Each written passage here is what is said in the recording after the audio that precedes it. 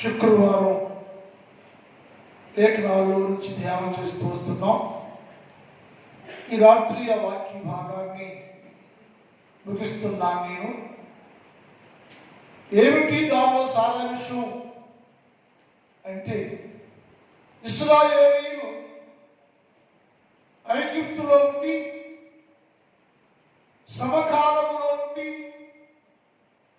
యేసు ప్రభుల వారికి తండ్రి దేవుడు మొరపెడితే దేవుడు వారి మొరలు ఆలకించి ఐగుప్తులో నుండి బయటికి తీసుకుని వచ్చాను అన్నారు. బయటికి వచ్చిన తర్వాత వారు ఏం చెయ్యాలో దేవుడు వారికి తెలియపరిచారు. బంధకాల్లో ఉన్నారు, బయటకు వచ్చారు. శోధనలో ఉన్నారు, బయటకు వచ్చారు. ఐగుప్తులో ఉన్నారు, బయటకు వచ్చారు. అది పాప లోకంతో సమానంగా ఉంది. అందులో నుండి బయటకు తీసుకుని రాబడ్డారు. బయటకు వచ్చినాక మీరు ఏం చేయాలి అంటే, కనాన్ దేశంలో ప్రవేశించాలి. మీరు ఆ కనాన్ దేశంలోకి వెళ్ళే ముందుగా ఎలా ఉండాలి, ఏం చెయ్యాలో వరుస క్రమంలో దేవుడు మనతో మాట్లాడుతూ వచ్చాడు. ఏం చెయ్యాలి అని అడిగితే ఆయన చెప్పాడు, బయటకు వచ్చిన మీరు నీ దేవుడైన యెహోవానే ఆరాధన చెయ్యాలి. నీ దేవుడైన యెహోవానే ఆరాధించాలి అని చెప్పాడు. రెండోది, ఏం చేయమంటావయ్యా మీరు అంటే, వాళ్ళు ఏం చేయాలంటే, మీరు వాక్యము ద్వారా వాక్యం విని మార్పు చెందాలి మీరు అని చెప్పాడు. అక్కడ మార్పు లేదు, ఐగుప్తులో మార్పు లేదు. మీకు ఐగుప్తులో నుండి బయటకు వచ్చినాక మీరు అందరూ నా మాట విని నా వాక్యాన్ని విని మార్పు చెందాలి అని చెప్పాడు.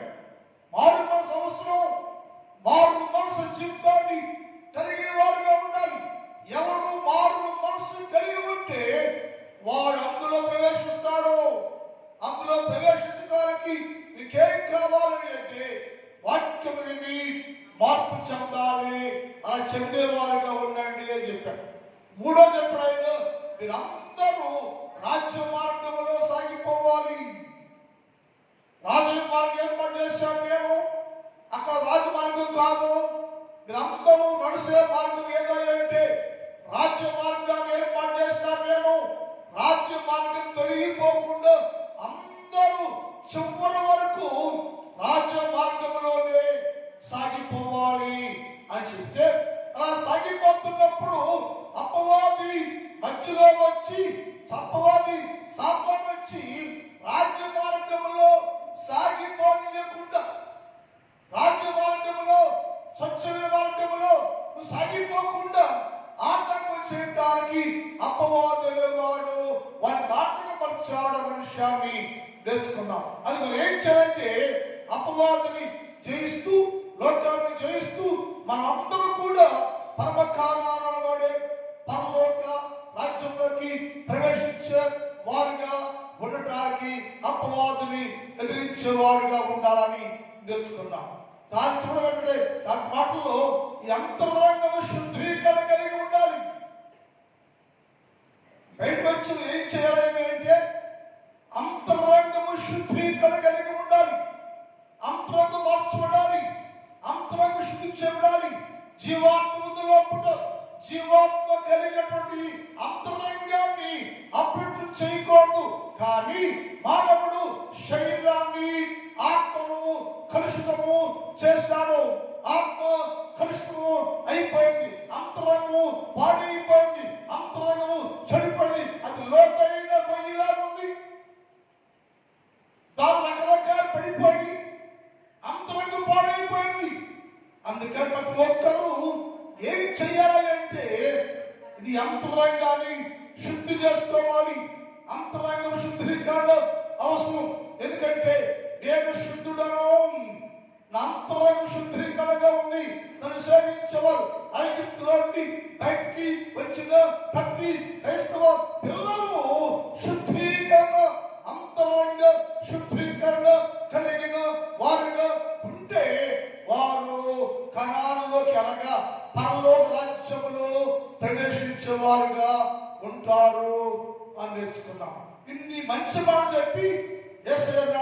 మీరందరూ కూడా అలా ఉండండి అయ్యా. నా మాట విని ఈ రకంగా సిద్ధపడండి. నా మాట విని ఇలా సిద్ధపడితే మీరు బలపడతారు, క్షేమంగా ఉంటారు, నాతో కలిసి ఉంటారు, కనాను దేశంలో ప్రదర్శించి సుఖ సంతోషాలతో వర్ధిల్లుతారు అని చెప్పాడు. కానీ వారు దేవుడు ఏం చెప్పాడో, దేవుడు ఏం చేయమని చెప్పాడో అది చేయకుండా దాన్ని నేరుగా జీవించారు. అక్కడే చాలా ఏళ్ళు 430 సంవత్సరాలు సంభవించారు. దేవుడు ప్రేమించాడు, బయటలు ఇచ్చాడు, పాలు తేను ఆ ప్రవేశించిన దేశం ఇచ్చాడు. అందులో ప్రవేశించిన తర్వాత వారు దేవుడు ఏం చెప్పాడో, ఎలా ఉండమన్నాడో, ఎలా జీవించమన్నాడో అలా జీవించడం మానేసినట్లుగా లేఖనాల్లో ఉంది. చూద్దాం. 32:23 చదువుదాం. 32:23. వారు ప్రవేశించి ఎక్కడ ప్రవేశించే వాళ్ళు? వారు కనాను దేశంలో ప్రవేశించారు. ఏమంటారు? వారు ప్రవేశించి దాన్ని ప్రవేశించి దాన్ని స్వాధీనపరుచుకున్నారు. కానీ నీ మాట వెళ్ళినది ఏమంటారు మన భాషలో?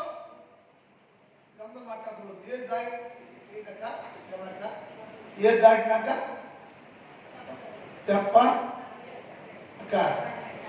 తెప్ప మన భాష.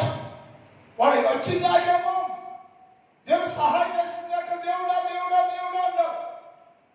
సహాయం చేశారు, బయట తెచ్చారు, దీవించారు, ఆశీర్వాదించారు. అందరినీ పాలు తేనె దేశంలో నడిపిస్తే వారు ప్రవేశించిన తరువాత క్షేమంగా వచ్చిన తరువాత వారు దేవుని మాట వినకపోయి మాట రాయబడింది. వారు ఎవరైతే ఏడ్చారో, మనము కూడా అంతే. కష్టం వచ్చినప్పుడు, బాధ వచ్చినప్పుడు, ఇబ్బంది కలిగినప్పుడు ఎంతో ఎంతో ఎంతో ఏడుస్తుంటాం. సహాయం చేయ దర్శించయ్య ఏడుస్తాం. ఏడుస్తుంటే అసలు చూడలేక నీకేమి కావాలో ఇస్తున్నాడు. ఇచ్చినాక ఏం చేస్తాడంటే అవసరం అయిపోయినాక, మేలు కలిగినాక, క్షేమాభివృద్ధి కలిగినాక యేసు ప్రభుని నువ్వు ఎవడో పాల్పడినా అవే చేసిన వారిలో ప్రవేశించి దాన్ని స్వాధీనపరచుకున్న తర్వాత వారు ఆయన మాట వినకపోయింది. అక్కడ ఆయన మాట వినకపోయింది. ఎవరు మాట వినదంట? ఏ దేవుడైతే విడుదల చేశాడో, ఏ దేవుడైతే విడిపించాడో, ఏ దేవుడైతే క్షేమకరమైన ప్రదేశాన్ని నడిపించాడో, ఏ దేవుడైతే నీతో ఉన్నాడో, ఏ దేవుడు కాపు చేస్తున్నాడో, ఏ దేవుడు నీ జీవితంలో ఏది కొద్దిగా తక్కువ కాకుండా ప్రతి క్షణము అన్ని ఇచ్చి పెంచి పోషిస్తున్నాడో ఆ దేవుని మాట వినకపోయేది. ఎంతకాలం ఉంటావు దేవుని మాట? నేను కష్టపడుతున్నాను, ఏసయ్యా ఏసయ్యా దేవో దేవో అంటున్నావు.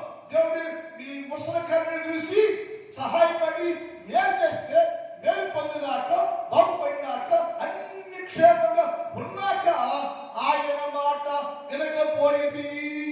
ఆయన ఎవరంట? మనుషుడు కాదు. ఆయన ఎవరంట? నీకోసం ప్రణాళిక చేసి, ప్రణాళిక ఏర్పాటు చేసి, నీకోసం మనుషుని ఆ దేశం పంపించి, నీకోసం ఆశ్చర్య కార్యాలు, అద్భుతాలు ఎన్నో చేసి, నువ్వు పడుతున్న నికృష్ట జీవితాలు మార్చేసి విడిపించిన దేవుడు ఆయన. శక్తి కలిగిన వాడు, బలమ కలిగిన వాడు, ఏదైనా చేసే శక్తి కలిగిన యేసు క్రీస్తు ప్రభు మాట వినకుండా ఉంటే, నేను పొందినాక అంత బాగున్న తర్వాత, అంత క్షేమంగా ఉన్నాక, సృష్టికర్త దేవుని మాట వినటం మానేసినట్టు వారు అక్కడ రాని మాట. వారు అందులో ప్రవేశించి స్వాధీనపరుచుకున్న తర్వాత నీ మాట వినకపోయింది. ఆ నాటి నుంచి ఈ నాటి వరకు ప్రపంచంలో ప్రతి క్రైస్తవుడు చేస్తున్న పాపం. మనకి పాపం అనగానే వ్యభిచారం చేస్తున్న పాపం అంటాం. యేసు అంటున్నాడు, ఎప్పుడైతే అంతరంగ శుద్ధీకరణ చేయబడుతుందో ఆ వ్యక్తిలో కపటము కల్మషము ఉండదు. అంతరంగ శుద్ధీకరణ చేయబడిన వ్యక్తి నీతిగా నిజాయితీగా ఒకే మనస్సు ఒకే మాట కలిగి యేసు మాటకే కట్టుబడి ఆ మాటకి లోబడి యేసయ్య ఏది చెప్తే ఏది చేయమంటే అదే చేస్తాం. చేయకుండా మాట కలిగిపోతున్నామంటే నీ అంతరంగము మార్చబడదా, అంతరంగము శుద్ధీకరణ అంతరంగ శుద్ధీకరణ కాని కారణం చేత వారు ఆయన మాట వినకపోయిరి. ఎంతకాలం యేసయ్య మాట వినకుండా యేసయ్య మాట విన్నట్టు నటిస్తావు నువ్వు? ఎంతకాలం నువ్వు యేసుక్రీస్తు ప్రభువుల వారి మాట, నేను ప్రేమించే దేవుని మాట, నేను దీవించే దేవుని మాట, నీ క్షేమాన్ని కోరే యేసుక్రీస్తు ప్రభు యొక్క మాట వినకుండా ఉంటావు. మరి అన్నాడు యేసయ్య మాట్లాడాడు, వారు అందులో ప్రవేశించిన తరువాత దేవుని మాట వినకపోయిరి. దేవుని మాట వింటూ మానేసంట.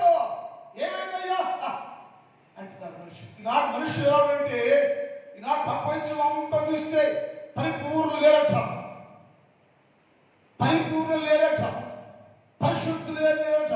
చూసి మొత్తం గాలిస్తే అతను చెప్పారు దేవుడు, చూసి మొత్తం గాలిస్తే నేను వచ్చే దినముల్లో ఎవరిలోనైనా విశ్వాసము ఉండుట దేవుడు కనుగొనంటే ఈ విశ్వాసం ఏమైపోయారంటే వారందరూ దేవుని మాట వినకుండా విన్నట్టుగా నటించేవారుగా ఉన్నారు. విన్నట్టు నటిస్తున్నారు తప్ప నిజంగా దేవుని మాట విన్నవారు కాదు. అందుకే ఇర్మియా గ్రంథం 11:8 చదువుదాం. ఇర్మియా 11:8 చదువుదాం. అయినను వారు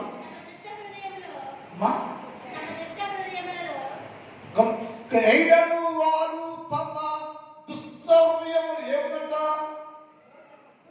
ఏమంట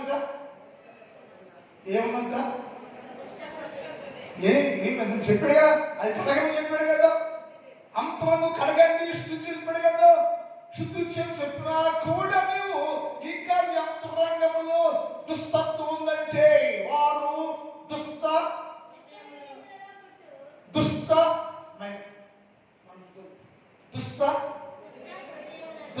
హృదయంలో పుట్టు మూర్ఖం చొప్పున ఏంటంటే లోపల ఏంటంట దుష్ట హృదయం, దుష్టత్వం కలిగి ఉంటే మూర్ఖత్వం ఉండేవాడు దేవుడి మాట వినలేడు. మూర్ఖుడుగా ఉండేవాడు అంటే అయ్యే ఉన్నాడు, నా మాట వినయ్యో, నా కుమారుడు మాట వినయ్యో, బాధపడతావయ్యో, నా మాట వినయ్యో, దీవించబడతావంటే అంటాడు వాడి హృదయములో దుష్ట హృదయము కలిగి మూర్ఖంగా మాట్లాడటం ప్రారంభించడం నేను నాకు తెలియదా? ఎప్పుడు వినాలో, ఎప్పుడు మారాలో, ఏం చెయ్యాలో నాకు తెలియదా అంటాడు. ఒకవేళ నువ్వు అలా ఉండలేకపోతే నీ హృదయం మారలో, నీ మాటలు మారలో, నీ శాస్త్రం మారలో, నేను వ్యవస్థ మాటలు మాట్లాడతారు, రోత మాటలు మాట్లాడుతున్నారు, అసహ్యం ఉంటున్నారు, సిగ్గులేని జీవితంలో. వై ఎందుకని?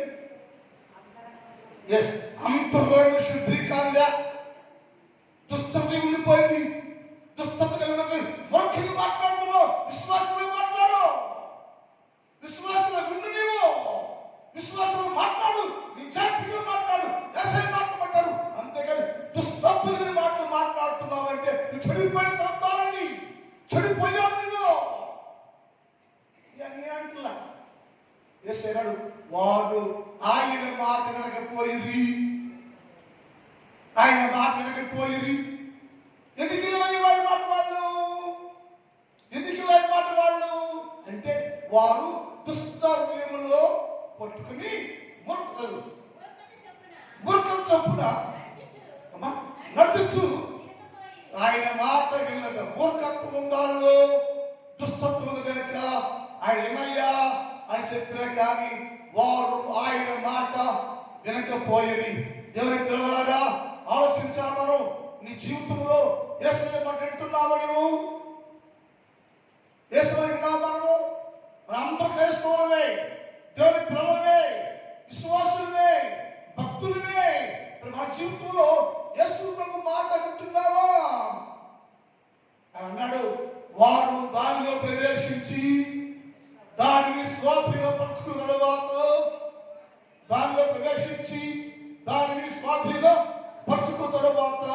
వారు ఆయన మాట వినటం మానేశారు. ఇంకా మన జీవితాల్లో యేసు క్రీస్తు బిడ్డగా ఉండు. నువ్వు అనేక మేలు చేస్తుంటే నీవు ఆయన మాట వినటం మానేశావంటే, వినలేదంటే మన యేసు ప్రభువుని అవమానపరుస్తున్నావని. ఇంకో మాట్లాడటం లేఖనాలు నెహెమ్యా గ్రంథం 9వ అధ్యాయం 26-27 చూద్దాం. నెహెమ్యా గ్రంథం 9:26-27 చదవండి. అయినను వారు ఎదురుబడి కారణమేంటి? వారు ఏం చెప్పాడు? వాళ్ళకి యేసు ఏం చెప్పాడు? వాళ్ళకి శుద్ధం కలిగి ఉండండి చెప్పాడు. రాజ్యమార్గం నడవండి చెప్పాడు. ఆయన ఏం చెప్పి ఏం చేతిలో యేసు ప్రభు వారు ఏం చెప్పాడో చెప్పిడు ఏమి చేయట్లో యేసు ప్రభు వారు మన పుట్టిన దగ్గర నుంచి ఎన్నో నీతి సూత్రాలు పట్టించుతున్నాడేసయ్యా, ఎన్నో నీతి వాక్యాలు బోధించడేసయ్యా, ఎన్నోసార్లు నా మాట వినయ్యా జీవితం మార్చేస్తాను అని చెబుతూనే వచ్చాడేసయ్యా. కానీ అవి నిలగిపోవడానికి కారణం ఏంటంటే విధేయత నీకు లేదు. విధేయత లేదు నీకు. యేసయ్య పట్ల వాక్యం పట్ల లోబడి జీవితం లేదు, విధేయత లేదు. యేసయ్య తండ్రి చెప్పాడు, అబ్బాయి యేసయ్య నువ్వు భూలోకానికి వెళ్ళాలయ్యా అంటే యేసు ప్రభువు వారు తండ్రి మాటకు విధేయత చూపించను. తండ్రి మాటకు విధేయత చూపించను. ఆ తండ్రి పిల్లలు నీవు నేను కూడా ప్రతి విషయంలో యేసు ప్రభుకి మాటకు విధేయత కలిగిన వారుగా ఉండాలి అన్నాడు. అందులో ప్రవేశించినాక వారు దేవుని మాట వినకపోవడానికి కారణం ఏంటంటే, ఒకటేమో దుష్టమయం వచ్చినట్ట, మొరకిగా మాట్లాడట. ఏమంటే వాళ్ళు ఎందుకంటే వారు అవిధేయత, విధేయత లేదు, లోబడ స్వభావం లేదు. తర్వాత విధేయుడు కారణం వల్ల నీ మీద తిరుగుబాటు చేసి నీ ధర్మశాస్త్రాన్ని అనుసరించడం మానేసట. ఒకటేమో వింట మానేసట, రెండేమో ధర్మశాస్త్రాన్ని అనుసరించడం. ధర్మశాస్త్రం ఏం చెప్తుంది? ధర్మశాస్త్రం ఏం చెప్పింది నీకు? ధర్మశాస్త్రం ఏం చెబుతుందో ధర్మంగా జీవించమంటే ధర్మశాస్త్రాన్ని ప్రోసేసి ధర్మశాస్త్రం రెగ్యులేషన్ కట్టుబాటు అనుసరించి మానేసేసి నీవు ఆయన మాటకి లోబడలేదు. ఆయన మాటకి అందరూ చదువు బైబిల్ ఉన్నాయా? మరి బైబిల్ ఉంది. మరి బైబిల్లో చదువుకుంటు నీవు బైబిల్ ఏముందో చేయాలిగా. నీ చేతిలో బైబిల్ ఉంది, బైబిల్ చదువుతున్నాను. అదేంటి? ధర్మశాస్త్రం. ఈ ధర్మశాస్త్రం చేతిలో ఉన్నప్పుడు దాన్ని ఏం రాయబడి ఉందో అది చెయ్యాలిగా. నీవు మరి చేయటంలో దాన్ని అనుసరించడం అంటే అర్థం ఏంటి? నీకు లోపల జీవితం అని ప్లేట్ చేయదు అవసరం. చెప్పండి, మాకు బైబిల్ ఉంది.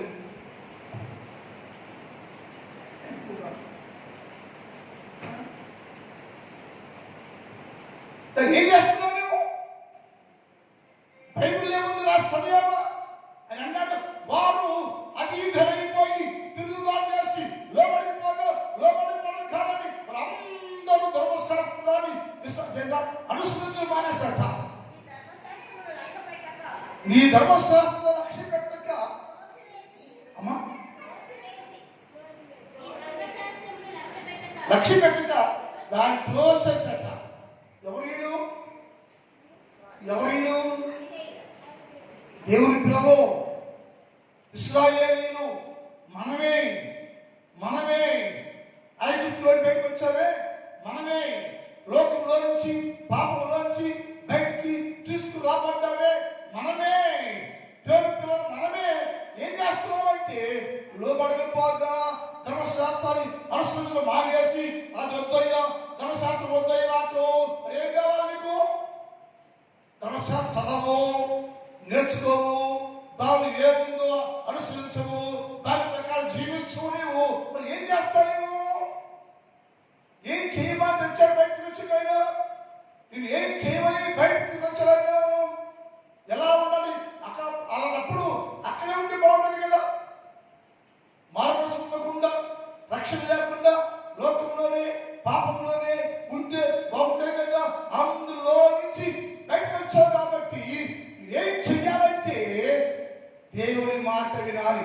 యేసు అన్నాడు, వారు అందులో ప్రవేశించిన తర్వాత అవీధులైపోయి మూర్ఖులు ప్రవర్తిస్తూ నా మాట వినుకోకుండా మాట వినిపోతున్నారు, ధర్మశాస్త్రాన్ని దోషేశారు. ఈ ధర్మశాస్త్రం వద్దయ్యో, ధర్మశాస్త్రం వద్దున్నావంటే దేవుడేనే వద్దు అంటున్నావు అన్నమాట. మరి దేవుడేమో నువ్వు కావాలంటున్నాడు. దేవుడేమో నలిగిపోయి బయటికి తెచ్చాడు. దేవుడేమో కష్టాల్లో, శోధంలో, బాధల్లో నలిగి పోతుంటే దేవుడు నిన్ను ప్రతి రోజు కనికరించి కటాక్షించి కాపాడుతున్నాడు. ఆయన వద్దంట. మరి ఎవరు కావాలి? మరి ఏమి కావాలి నీకు? అవసరం వస్తే వేసాయి కావాలా, అవసరం లేకపోతే సాధారణ కావాలా? రెండు మనసులు ఉండవడం మనం. అది చేసి అన్నాడు, వారందరూ నా మాట వినకపోయిరి. ఇంకో మాట మనకి దానియేలు గ్రంథం 9వ అధ్యాయం 10 నుంచి చదువుదాం. దానియేలు గ్రంథం 9:10 నుంచి చదువుదాం. అప్పుడు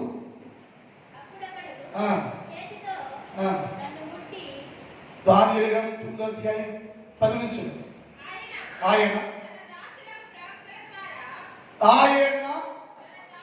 తన దాసులకు ప్రవర్తన ద్వారా గొప్ప ఆజ్ఞ ఇచ్చి వాటిని అనుసరించి నడుచుకోండి అని చెప్పాట. ఎవరికి? ఐగుప్తులో ఎవరు బయటకు వచ్చారో, ఎవరు దేవుని ప్రజలు చేయబడ్డారో, ఎవరు దేవుని జనాంగం ఉండారో, దేవుని ప్రజలు అనబడే వారికి ఒక గ్రంథం ఇచ్చి, చట్టం ఇచ్చి దాన్ని చేయండి అయ్యా అని చెబితే వారందరూ చేసేసంట, మేము మా దేవుడైన, మా దేవుడా మీ దేవుడా, మేము వినకపోతే ఎందుకన్నాడు ఈ మాట? అంటాడు, అయ్యా నువ్వు ధర్మశాస్త్రం ఇచ్చావయ్యా, బయటకు తెచ్చావయ్యా, బయటకు వచ్చినాక మేము నీ మాట వినకపోతివి, నీ మాట వినకపోతివి. ఇప్పటికి అప్పటి నుంచి ఇప్పుడు దాకా నీ మాట వినకపోవుట నాకు వాడికి అయిపోయింది. నీ మాట వినకపోవుట మాకు వాడికి అయిపోయింది. ఆనాటి నుంచి ఈనాటి వరకు నీ మాట వినకుండానే ఉంటున్నాం మేము. ఏం చేస్తున్నావు మరి? వినకుండా మాట వినకపోతే, యేసు ప్రభువును మాట్లాడే మాట వినకపోతే రక్షణ ఎక్కడో, జీవుడు ఎక్కడో, మాట ఎక్కడో? దేవుని రాజ్యము నీకోసం దేవుని రాజ్యము సిద్ధము చేసి ఉంది కదా. అందులో ప్రవేశించడానికి ఏం చేయాలంటే ఆయన మాట వినాలి కదా. అన్నాడు, పంపించారు కానీ ఈ మాట మేము వినకపోతే. తర్వాత ఇశ్రాయేలు అందరూ ధర్మశాస్త్రాన్ని అతిక్రమించి, చాలా గమనించాలి, వారి మాట వినలేదు ఒకటి. రెండోది, ధర్మశాస్త్రాన్ని అతిక్రమించి దేవుని మాటను, దేవుని గ్రంథాన్ని మనుషులందరూ అతిక్రమించి తిరస్కరించి త్రోసివేస్తున్నారు. అందుకే మనము భూలోకంలో పరిశుద్ధం కాలేకపోతున్నాం. అందుకే క్రైస్తవులుగానే ఉన్నా కానీ దేవుని రక్తంలో కడగబడిన జనాంగము అని చెప్పుకుంటున్నా కానీ మనలో పరిపూర్ణ పరిశుద్ధ జీవితం లేకపోవటకు కారణం ఏమిటంటే నువ్వు దేవుని మాట వినటం లేదు. దేవుని మాట వినే గుణము నీకు లేదు. రెండోది, ధర్మశాస్త్రాన్ని నిరాకరించావు నీవు. ధర్మశాస్త్రం వద్దయ్యో, ధర్మశాస్త్రం వద్ద ఏం కావాలి? మనుషులు మార్చి ధర్మశాస్త్రం భయపడుతుంది. యెహోవా ధర్మశాస్త్రము నిర్మలమైనది రాయబడి బైబిల్లో. యెహోవా ధర్మశాస్త్రము నిర్మలమైనది, అది ప్రాణమును తెప్పరణ చేస్తుంది. చితికిపోతే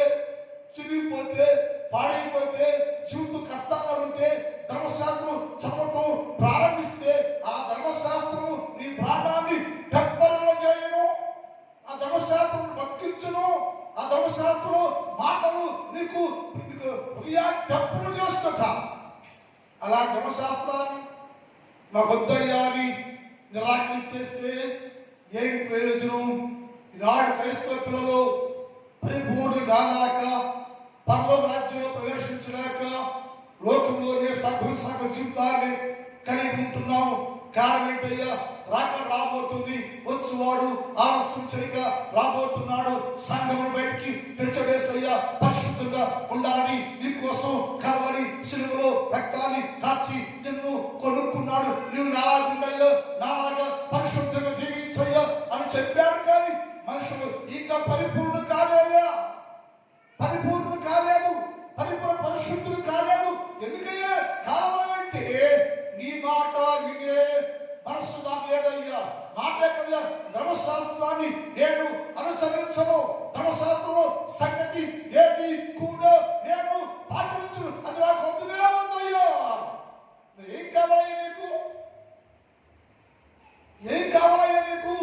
నువ్వు అలా మాట్లాడుతుంటే ధర్మశాస్త్రం వద్దు నాకు, నీ మాట వినలేదంటే యేసయ్యా ఆయనకి అవసరం లేనప్పుడు నాకు ఆడికి అవసరం అంటలా. మనిషి అంటున్నాడు, ధర్మశాస్త్రం నాకు వద్దయ్యా, నువ్వు వద్దయ్యా, నీ వాక్యం వద్దు, నీ మాట నేను ధర్మశాస్త్రం వినలేనని మనుషులు ప్రశ్నించేస్తుంటే యేసు అన్నాడు, ఇప్పుడైనా నీవు నా మాట వింటే ఎంత మేలు. చూడండి, 81వ కీర్తన 11 చదువుతాం. 81వ కీర్తన 11 చదువుతాం.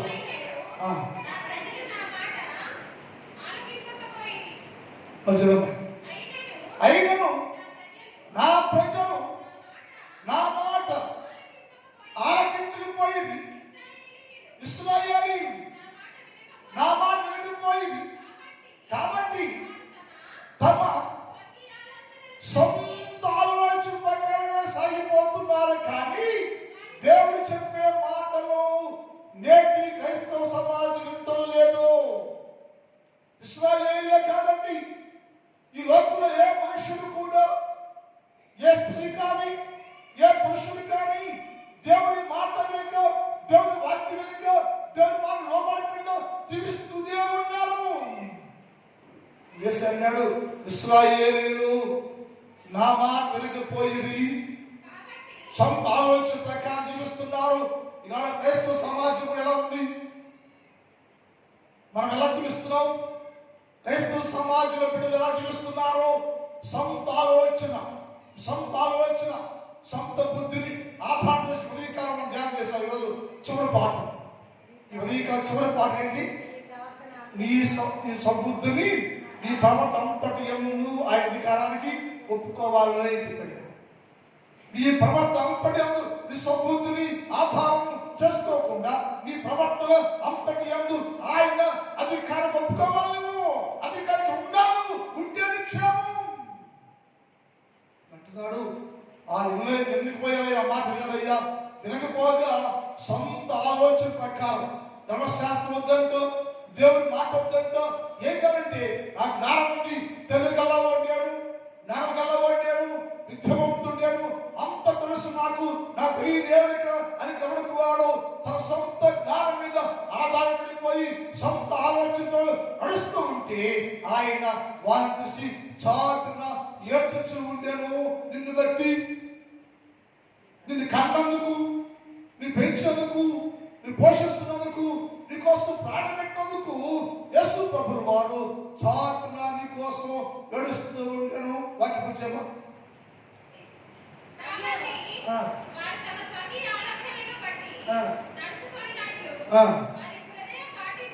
వారి కాఠిన్యం బట్టి అయ్యో అయ్యో ఎవరని మాట? దేవుడు అంటే వాళ్ళని కష్టాలు నెట్టేసంట. కష్టాల్లో పడిపోయిన ఆ మాట అంటే ఏమని, అయ్యో కష్టం వచ్చింది, బాధ వచ్చింది, అయ్యో ఇలా ఎందుకు వచ్చింది, కష్టాలు వించు అట్లంట. నువ్వు కష్టాల్లో పడిపోతే, బాధల్లో పడిపోతే, నువ్వు యేసయ్యతో మాట్లాడిపోయినా యేసయ్య అయ్యో అయ్యో అయ్యో కష్టాలు అయ్యాడు, కష్టాలు అయ్యాని నువ్వు అడగిపోయినా, నువ్వు పచ్చాట అడగిపోయినా, నువ్వు మందులు రాకపోయినా, క్రమశిక్షణ లేకపోయినా, యేసయ్య లేకపోయినా, వాక్యం లేకపోయినా, దేవునికి వేరుగా నీవు జీవిస్తూ ఉన్నా సరే, నీ కష్టాలు వస్తే నీవు అయ్యో నన్ను బట్టే కదా ఈ శ్రమ కలిగింది అని నీవు పశ్చాత్తపడి ఏడవకపోయినా, యేసయ్య అయ్యో అయ్యో నా పిల్లలు నా మాట ఇప్పుడైనా వింటే ఎంత మేలయ్యా, అప్పటి నుంచి ఇంత మానేశారు, ఎంత వేరేదయ్యా, ఈ రోజైనా ఇప్పుడైనా నా పిల్లలు నా మాట వింటే, నా పిల్లలు నా వాక్యాన్ని లోబడితే, నా పిల్లలు నా ధర్మశాస్త్రాన్ని చదువుతూ పాటిస్తూ ఉంటే, ఇప్పుడైనా నా పిల్లలు నా మాటకు లోబడితే ఎంత మేలయ్యా, ఎంత ఆశీర్వాదం అయ్యా. మనిషి ఏంటంటే నీ ఆశీర్వాదం నాకు వద్దయ్యా, నీ మేలు నాకు వద్దయ్యా, నీ వాక్కు నాకు వద్దయ్యా, ఇలాగే ఉంటాం మేము, ఇలాగే జీవిస్తాం మేము అంటున్నాడే కానీ అవి దేవునికి వేరుగా జీవించి కష్టాలు అనుభవిస్తున్నాడు తప్ప తిరిగి యేసయ్యకు వచ్చి నేను దేవుని మాట వింటాను అనేవాడిగా లేదు. యేసయ్య అన్నాడు, ఇప్పుడైనా రండి అయ్యా, ఇప్పుడైనా సమయం వచ్చేసింది, సమయం అయిపోతుంది, సమయం అయిపోతుంది, ఇప్పుడే రండి, ఇప్పుడైనా మీరు వచ్చి నా మాట వింటే మేలయ్య మీకు, ఇప్పుడైనా వచ్చి నా వాక్యాన్ని వింటే నీకు మేలయ్య. సమయం అయిపోయింది, వ్యవసాయం అయిపోయింది. నేను మాట్లాడితే ఎవరికి బాకండి, అమ్మగడ అనుకోవద్దు, అక్కడ అనుకోవద్దు. 50 ఏళ్ళు వచ్చి మనకి ఇంకెందుకని ఈ లోకాశం అని చెప్పు అక్క. 60 ఏళ్ళు వచ్చింది, 70 ఏళ్ళు వచ్చింది, 80 ఏళ్ళు వచ్చింది, మాట మారలా, భాష మారలా. ఎందుకని ఎందుకని అంటే దేవుడు చెప్పే వాక్యంలో పని చేస్తుందా ఉందా, ఎక్కడ పని చేస్తా ఉందా, అంగీకరిస్తున్నావా, ఆకరిస్తున్నావా? ఎందుకని పని చేయాలంటే నీకు దేవుని వాక్యం మీద శ్రద్ధ లేదు, దేవుని మాట మీద శ్రద్ధ లేదు నీకు. కాబట్టి ఇంకా నువ్వు లోకంలోనే ఉన్నావు. యేసయ్య ఇప్పుడైనా మీరు నా మాట వింటే ఎంతో మేలు, ఇప్పుడైనా నా మాట వింటే, నేతకు వస్తే, నా మాటలు ఉంటే, నా తలంపులోకి వస్తే, అనుసరిస్తే ఎంతో మేలు కదా అని యేసయ్య మాట్లాడుతున్నారు. చివరిగా ఇరిమియా గ్రంథం 44వ అధ్యాయం 23 చూద్దాం. యెహోవా మాట వినక ఆయన ధర్మశాస్త్రాన్ని బట్టి కట్టుబాటు బట్టి ఆయన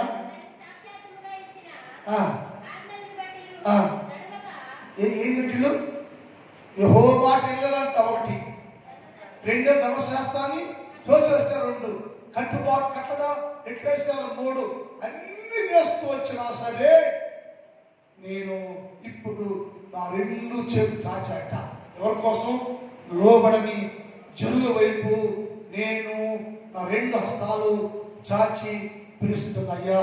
డిసెంబర్ చేస్తుందయ్యా, నవంబర్ అయిపోతుందయ్యా, ఇప్పుడైనా నా వైపు చూడండి అయ్యా, ఇప్పుడైనా మనసు మార్చుకోండి, ఇప్పుడే మీరు మార్చుకోండి, ఇప్పుడే జీవితం మార్చుకోండి, నా మాట వినండి. 2025 సంవత్సరాలుగా మీరు నా మాట వినకపోతే, నవంబరు 15వ తారీఖు నా మాట వినకుండా నువ్వు ఉంటే, ఇప్పుడైనా సరే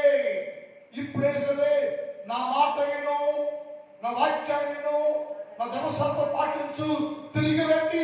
నేతకొస్తే వస్తారని నా 2 హస్తాలు మీ కొరకు దినగల్లా లోపడకుండా ఉండే వారి కోసము నా 2 చేతులు చాచి పిలుస్తున్నాను నేను. రండి, వస్తే నీకు మేలు జరుగుతుంది, దీవెన, ఆశీర్వాదం, క్షేమంగా ఉంటావు, నీ జీవితం మొత్తం గొప్ప మార్పు వచ్చిందయ్యా, నా వలే ఉంటావయ్యా, రండి. యేసు ప్రభువు వారిని పిలుస్తున్నారండి. ఎందుకంటే ఈ లోకల జీవితాలు మార్చేసి విధేయులుగా, నమ్రత కలిగిన వారుగా, యేసుని కలిగిన వారుగా చేయాలని యేసు ప్రభువు వారు నిన్ను నన్ను పిలిచి దేవుని రాజ్య వారసులుగా చేయడానికి ఆహ్వానిస్తూ నేను ప్రార్థన. నా తండ్రి, నీ పాదములకు స్తోత్రాలు. పరిశుద్ధుడైన దేవ, ఈ రాత్రి కాలంలో మీరు మాతో మాట్లాడారు. నా ప్రజలైన ఇశ్రాయేలును, నా ప్రజలైన మానవులందరూ నేను ఐగుప్తు నాటి లోకంలో నుంచి విడిపించాను, విడుదల చేశాను. మీరందరూ నా మాట వినండి, నిర్మలంగా ఉండండి, శుద్ధి కలిగి ఉండండి, మార్పు కలిగి ఉండండి, రాజ్య మార్గం నడవండి అని చెప్పాను. ఒక్కరు కూడా నా మాట వినకుండా ఎవరికి వాళ్ళు సొంత జ్ఞానంతో సొంత ఆలోచన ప్రకారంగా ఇంకా లోకంలో ఉన్నారు. ఇప్పుడైనా మీరు లోకంలో నుంచి నా వైపు తిరిగండి పిలుస్తున్నావు యేసయ్యా. మీరు గ్రహించుకొని ఇప్పుడైనా ప్రభు ఎక్కడ పడిపోయామో, ఎక్కడ చనిపోయామో, నీ మాట ఎందుకు వింటలేదు, తిరిగిపోవడం కారణం ఏంటో తెలుసుకుని ప్రభు నీ మాట విని, నీ ధర్మశాస్త్రాన్ని లోబడి నీ సన్నిధిలో జీవించే జీవితాన్ని దయచేయమని ప్రార్థన చేస్తున్నానయ్యా. ఈ రాత్రి కాలంలో ఈ స్థలంలో మోకరించిన ప్రతి బిడ్డను దీవించండి, ఆశీర్వదించండి. మా జీవితాలకి సారంతో ఆశీర్వాదము, దీవిన నేను దయచేయ్యా. నా సంఘాన్ని దర్శించండి, నా సంఘంలో ప్రతి కుటుంబాన్ని దీవించండి. ఏ కుటుంబానికి ఏది కావాలో, ఏ మేలు కావాలో సహాయం చేయి. కృపాక్షేమాలతో ప్రతిరోజు నా సంఘం అంతటిని దీవించమని ప్రార్థన చేస్తున్నానయ్యా. రేపు ఆదివారము పరిశుద్ధారాధనయ్యా. పరిశుద్ధాల కుడిలోకి సంఘాన్ని ప్రేరేపించు, పరిశుద్ధంగా క్రమంగా మర్యాదగా పరిశుద్ధారాధన కార్యక్రమాన్ని జరిపించుకోవడానికి సహాయం చేయండి. మాతో ఉండండి, మనందరూ బలపరచండి. ఈ కృపాక్షేమాలతో నింపమని యేసు వారి పరిశుద్ధ నామములో ప్రార్థిస్తున్నాం తండ్రి. తండ్రి దేవుని ప్రేమ, కుమారుడు యేసుక్రీస్తు వారి కృప, పరిశుద్ధాత్మ దేవుని యొక్క అగ్ని సహవాసం ఇప్పుడు ఎప్పుడు ఎల్లప్పుడూ సదాకాలము మనందరికీ తోడై ఉండునుగాక. ఆమేన్. హల్లెలూయా, హల్లెలూయా. మీ అందరూ కొందనాలండి, క్షేమం వెళ్ళండి.